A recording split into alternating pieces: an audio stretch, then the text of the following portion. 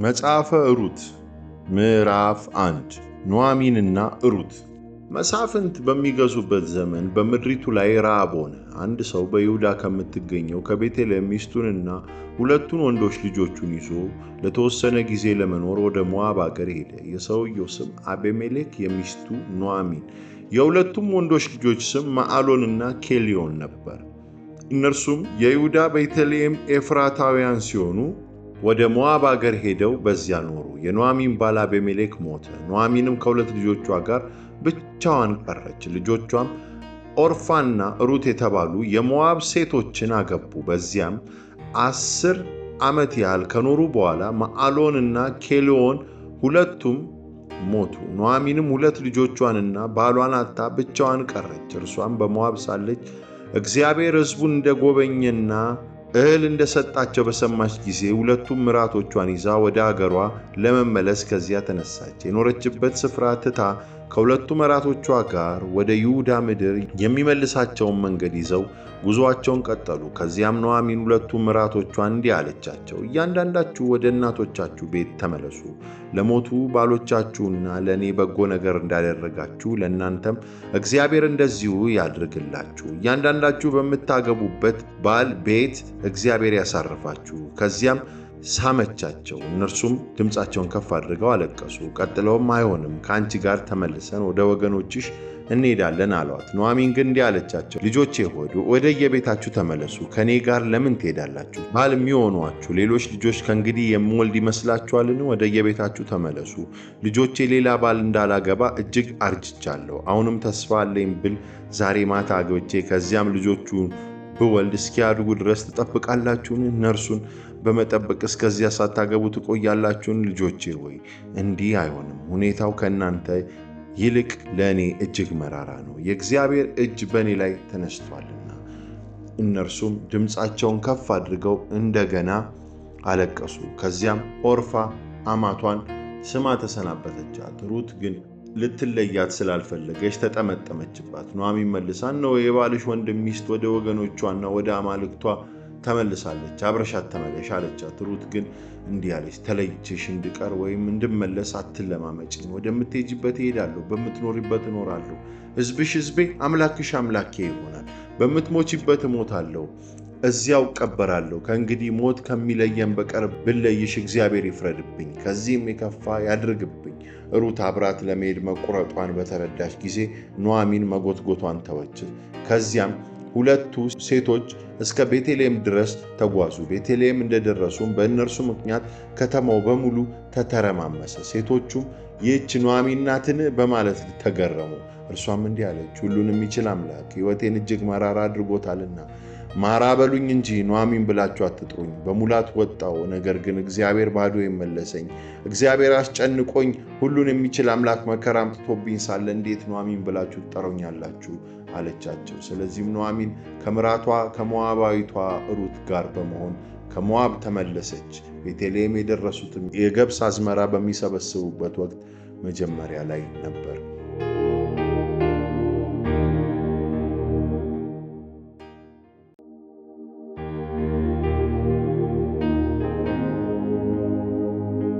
ሩት በቦዔዝ እርሻ። መጽሐፈ ሩት ምዕራፍ 2 ኑኃሚን ከአቤሜሌክ ጎሳ የሆነ ቦዔዝ የሚባል ባለጸጋ የባል ዘመድ ነበራት። ሞዓባዊቷ ሩትም ኑኃሚንን በፊቱ ሞገስ አግኝቼ ቃርሚያ የሚያስቃርሙኝ ሰው ባገኝ እስቲ ወደ እህል አዝመራው ልሂድ አለቻት። ኑኃሚንም ልጄ ወይ ይሁን ሂጂ አለቻት። ስለዚህ እርሷም ወጣች። ከአጫጆቹ ኋላ ኋላ እየተከታተለች ከአዝመራው ቦታ ትቃርም ጀመር። እንደ አጋጣሚ ትቃርምበት የነበረው አዝመራ ከአቤሜሌክ ጎሳ የሆነው የቦዔዝ ነበር። በዚሁ ጊዜ ቦዔዝ ከቤተልሔም ወጣ። አጫጆቹንም እግዚአብሔር ከእናንተ ጋር ይሁን ብሎ ሰላምታ ሰጣቸው። እነርሱም እግዚአብሔር ይባርክ ብለው መለሱለት። ከዚያም ቦዔዝ የአጫጆቹን አለቃ ይህች ወጣት ሴት የማን ናት ሲል ጠየቀው። የአጫጆቹም አለቃ እንዲህ ሲል መለሰ፣ ከኑኃሚን ጋር ከሞዓብ ምድር ተመልሳ የመጣች ሞዓባዊት ናት። እርሷም አጫጆቹን እየተከተሉ በነዶ መካከል እንድቃርም እባክህ ፍቀድልኝ አለችኝ። ለጥቂት ጊዜ በመጠለያ ከማረፏ በስተቀር ወደ አዝመራው ቦታ ገብታ ከጠዋት አንስቶ እስካሁን ያለማቋረጥ ስትቃርም ቆይታለች። ስለዚህ ቦዔዝ ሩትን ልጄ ሆይ ስሚኝ፣ ከእንግዲህ ወደ ሌላ አዝመራ ሄደሽ አትቃርሚ፣ ከዚህም አትራቂ፣ ከሴቶች ልጆቼ ጋር እዚሁ ሁኚ። ወንዶች የሚያጭዱበትን እርሻ ልብ እያልሽ ልጃገረዶቹን ተከተይ። ወንዶቹ እንዳያስቸግሩሽም አስጠንቅቄያቸዋለሁ። ውሃ ሲጠማሽ ደግሞ እየሄድሽ ወንዶቹ ሞልተው ካስቀመጡት እንስራ ቀርተሽ ጠጪ። በዚህ ጊዜ ወደ መሬት ዝቅ ብላ እጅ ነሳች። እርሷም ባይተዋር የሆኑትን እኔን ታስበኝ ዘንድ በፊትህ ሞገስ ለማግኘት የበቃሁት እንዴት ነው አለችው። ቦዔዝም መልሶ እንዲህ አላት፣ ባልሽ ከሞተ ጀምሮ ለአማትሽ ያደረግሽላትን ሁሉ አባት እናትሽን እንዲሁም የተወለድሽበትን አገር ትተሽ ቀድሞ ከማታውቂው ሕዝብ ጋር ለመኖር እንዴት እንደመጣሽ ነግረውኛል። ስላደረግሽው ሁሉ እግዚአብሔር ዋጋሽን ይክፈልሽ። በክንፉ ጥላ ስር ለመጠለል የመጣሽበት የእስራኤል አምላክ እግዚአብሔር ብድራትሽን አትረፍርፎ ይመልስልሽ። እርሷም መልሳ ጌታዬ ሆይ ምንም እንኳ ከሴት ሰራተኞች እንደ አንዲቱ መቆጠር የማይገባኝ በሆንም እንድጽናና አድርገኛል። እንዲሁም እኔን አገልጋይህን በመልካም ንግግር ደስ አሰኝተኛል። ስለዚህ ሞገስ እንዳይለየኝ እለምንሃለሁ አለችው። በምሳ ሰዓት ቦዔዝ ወደዚህ ቀረብ በይ፣ እንጀራም ወስደሽ በወይን ሆምጣጤም አጥቅሽ አላት። እርሷም ከአጫጆቹ አጠገብ እንደተቀመጠች ቦዔዝ የተጠበሰ እሸት ሰጣት። የቻለችውን ያህል በልታ ጥቂት ተረፋት። ለመቃረም ስትነሳም ቦዔዝ ጎበዛዝቱን እንዲህ ብሎ አዛቸው፣ በነዶ መካከል እንኳ ብትቃርም ክፉ አትናገሯት። ይልቁንም ከየታሰረው ነዶ ላይ ጥቂት ጥቂቱን ዘለላ እየመዘዛችሁ በመጣል እንድታነሳው ተውላት፣ አታስቀይሟት። ስለዚህ ሩት እስኪመሽ ድረስ ከአዝመራው ላይ ቃረመች። ከዚያም የሰበሰበችውን ገብስ ወቃች፣ አንድ ኢፍ መስፈሪያ ያህል ሆነ። ያንንም ይዛ ወደ ከተማ ሄደች። አማቷም የሰበሰበችው ምን ያህል እንደሆነ አየች። እንዲሁም ሩት የሚበቃትን ያህል ከበላች በኋላ አስተርፋ የነበረውን አውጥታ ለእርሷ ሰጠቻት። አማቷም ዛሬ የቃረምሽው ከየት ነው? የትስ ቦታ ስትሰሪ ዋልሽ? መልካም ነገር ያደረገልሽ ሰው የተባረከ ይሁን አለቻት። ከዚያም ሩት ስትሰራ ስለዋለችበት ስፍራ ባለቤት ለአማቷ ነገረቻት። እርሷም ዛሬ ስቃረም የዋልሁት የአዝመራ ባለቤት ስሙ ቦዔዝ ይባላል አለቻት። ኑኃሚንም ምራቷን በጎነቱ ለሕያዋንም ሆነ ለሙታን ማድረጉን ያልተወ እግዚአብሔር ይባርከው አለቻት። ቀጥላም ሰውየው እኮ የሥጋ ዘመዳችን ነው፣ የመቤዠት ግዴታ ካለባቸው ዘመዶቻችን አንዱ እርሱ ነው አለቻት። ከዚያም ሞዓባዊቷ ሩት ደግሞ እህሌን ሁሉ አጭደው እስኪጨርሱ ድረስ ከሰራተኞቼ አትለይ ብሎኛል አለቻት። ኑኃሚንም ምራቷን ሩትን የኔ ልጅ እንዲህ ካለሽማ ከሴት ሰራተኞቹ ጋር አብሮ መሄድ ይሻልሻል፣ ወደ ሌላ ሰው አዝመራ ብትሄጂ ጉዳት ሊያገኝሽ ይችላልና አለቻት። ስለዚህ የገብሱን የስንዴውን አዝመራ ተሰብስቦ እስኪያበቃ ድረስ ሩት የቦዔዝን ሴቶች ሰራተኞች ጠግታ ቃረመች፣ ከአማቷም ጋር ኖረች።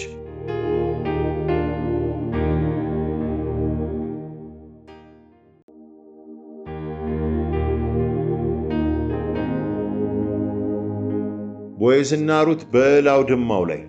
መጽሐፈ ሩት ምዕራፍ 3።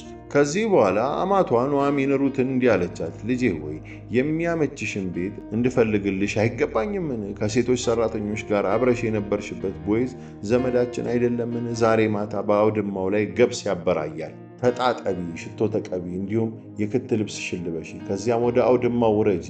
ይሁን እንጂ በልቶና ጠጥቶ እስኪያበቃ ድረስ እዚያ መሆንሽን እንዳያውቅ ይሁን። በተኛም ጊዜ የሚተኛበትን ቦታ ልብ ብለሽ ይህና ሄደሽ እግሩን ገልጠሽ ተኚ። ከዚያም የምታደርጊውን ራሱ ይነግርሻል። ሩትም ያልሽውን ሁሉ አደርጋለሁ አለቻት። ስለዚህ ተነስታ ወደ አውድማው ወረደች። አማቷ አድርግ ያለቻትን ሁሉ አደረገች። ቦዔዝ በልቶ ጠጥቶ ከጨረሰና ደስም ከተሰኘ በኋላ ራቅ ካለው የእህል ክምር አጠገብ ለመተኛት ሄደ። ሩት በቀስታ ከአጠገቡ ደረሰች፣ እግሩንም ገልጣ ተኛች። እኩለ ሌሊት ላይ ሰውየው አንዳች ነገር አስደነገጠው። ገልበጥ ሲልም አንዲት ሴት እግርጌው ተኝታ አገኘ። እርሱም አንቺ ማነሽ ሲል ጠየቀ። እርሷም እኔ አገልጋይ ሩት ነኝ፣ መቤዠት የሚገባ ቅርብ የሥጋ ዘመድ አንተ ነህና ልብስህን ጣል አድርግብኝ አለችው። እርሱም መልሶ እንዲህ አላት፣ ልጄ ሆይ እግዚአብሔር ይባርክሽ። ከዚህ በፊት ካደረግሽው ይልቅ ያሁኑ በጎነትሽ ይበልጣል።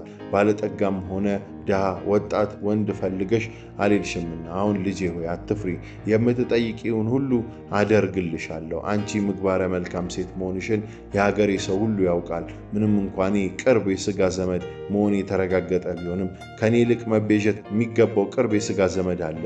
ከዚህ እደሪ። ሲነጋም ሰውየው ሊቤዥሽ ከፈለገ መልካም ነው ይቤዥሽ፣ የማይፈልግ ከሆነ ግን በያው እግዚአብሔር እምላለሁ እኔ ቤዥሻለሁ፣ እስኪነጋም ድረስ እዚሁ ተኚ። ስለዚህም ሩት እስኪነጋ ድረስ እግርጌው ተኛች። ዳሩ ግን ማንም ሰው ተለይቶ ሊታወቅ በማይችልበት ሰዓት ቀደም ብላ ተነሳች። እርሱም ሴት ወደዚህ አውድማ መምጣቷ እንዳይታወቅ አላት። እንዲሁም በላይሽ የደረብሽውን ልብስ አቅርቢልኝ፣ ዘርግተሽም ያዥው አላት። ዘርግታ እንደያዘችው 6 መስፈሪያ ገብስ ሰፍሮ አሸከማት። ከዚያም ወደ ከተማ ተመለሰች። ሩት ወደ አማቷ እንደተመለሰች ኑኃሚን ልጄ ሆይ የሄድሽበት ጉዳይ እንዴት ሆነ ብላ ጠየቀቻት። ሩትም ቦዔዝ ያደረገላትን ሁሉ ነገረቻት። ቀጥላም ወደ አማትሽ ባዶ እጅሽን አትመለሺ በማለት ይህን 6 መስፈሪያ ገብስ ሰጠኝ አለቻት። ኑኃሚንም ልጄ ሆይ የሚሆነውን ነገር እስክታውቂ ድረስ ታገሺ፣ ጉዳዩ ዛሬውኑ እልባት ካላገኘ ሰውየው አያርፍም አለቻት።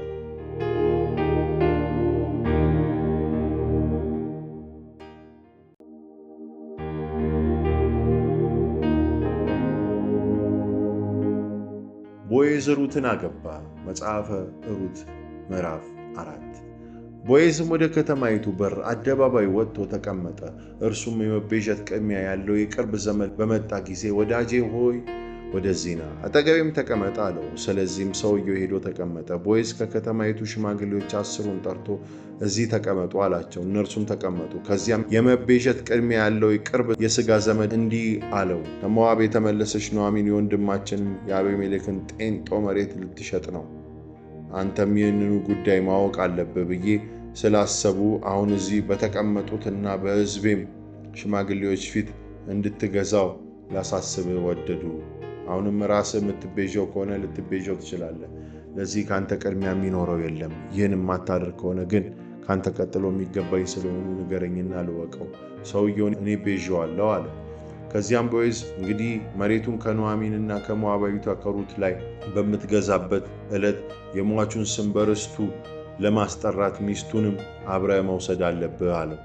ያም ቅርብ የሥጋ ዘመድ እንዲህ ከሆነማ የራሴን ርስት አደጋ ላይ ልጥል ስለምችል እኔ ልቤዠው አልችልም፣ አንተው ራስህ ተቤዠው አለው። በጥንት ዘመን በእስራኤል የመቤዠትም ሆነ ንብረት የማስተላለፍ ጉዳይ የሚጸናው አንዱ ወገን ጫማውን አውልቆ ለሌላው ወገን ሲሰጠው ነው። በእስራኤል ዘንድ መሸጥም ሆነ መግዛት ሕጋዊነት የሚኖረው በዚህ ሁኔታ ነበር። ቅድሚያ ያለው ቅርብ የሥጋ ዘመድም ቦዔዝን እንግዲህ አንተው ራስህ ግዛው ብሎ ጫማውን አወለቀ። ቦዔዝም ለሽማግሌዎቹና ለሕዝቡ ሁሉ እንዲህ አለ፣ የአቤሜሌክን የኬሌዮንንና የማዕሎንን ንብረት በሙሉ ከኑኃሚን ላይ ለመግዛቴ በዛሬው ዕለት እናንተ ምስክሮች ናችሁ። እንዲሁም የሟቹ ስም ከወንድሞቹ መካከልና ከአገሩ ደጅ እንዳይጠፋ የሟቹን ስም በርስቱ ላይ ለማስጠራት የማዕሎን ሚስት የነበረችው ሞዓባዊት ሩትን አግብቻታለሁ። እናንተም ዛሬ ምስክሮች ናችሁ። ከዚያም ሽማግሌዎቹና በከተማይቱ በር አደባባይ የነበሩት ሁሉ እንዲህ አሉ፣ እኛ ምስክሮች ነን። እግዚአብሔር ይህችን ወደ ቤት የምትገባውን ሴት የእስራኤልን ቤት በአንድነት እንደሰሩ እንደ ራሔልና እንደ ልያ ያድርጋት። አንተም በኤፍራታ የበረታህ ሁን፣ ስምህም በቤተልሔም የተጠራ ይሁን። እግዚአብሔር ከዚህች ወጣት ሴት በሚሰጥህ ዘር አማካኝነት ቤተሰብህን ትዕማር ለይሁዳ እንደወለደችው እንደ ፋሪስ ቤተሰብ ያድርገው። የዳዊት የትውልድ ሐረግ። ስለዚህ ቦዔዝ ሩትን ወሰዳት፣ ሚስቱም ሆነች። ከዚያም ወደ እርሷ ገባ። እግዚአብሔርም እንድትጸንስ አደረጋት፣ ወንድ ልጅም ወለደች። ሴቶቹም ኑኃሚንን እንዲህ አሏት፣ ዛሬ የሚቤዥ ቅርብ የሥጋ ዘመድ ያላሳጣሽ እግዚአብሔር ይባረክ፣ በመላው እስራኤልም ስሙ ይግነን። ልጁ ሕይወትሽን ያድሳታል፣ በእርጅና ዘመንሽም ይጦርሻል። የምትወድሽን ከ7 ወንዶች ልጆች የምትበልጥብሽ ምራትሽ ወልደዋለችና። ከዚያም ኑኃሚን ሕፃኑን ተቀብላ ታቀፈችው፣ ሞግዚትም ሆነችው። ጎረቤቶቹ የሆኑ ሴቶችም ለኑኃሚን ወንድ ልጅ ተወለደላት አሉ። ስሙንም ኢዮቤድ ብለው ጠሩት። እርሱም የዳዊት አባት የሆነው የእሴይ አባት ነበረ።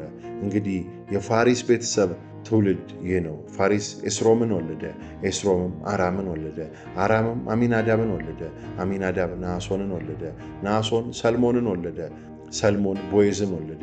ቦዔዝም ኢዮቤድን ወለደ። ኢዮቤድም እሴይን ወለደ። እሴይም ዳዊትን ወለደ።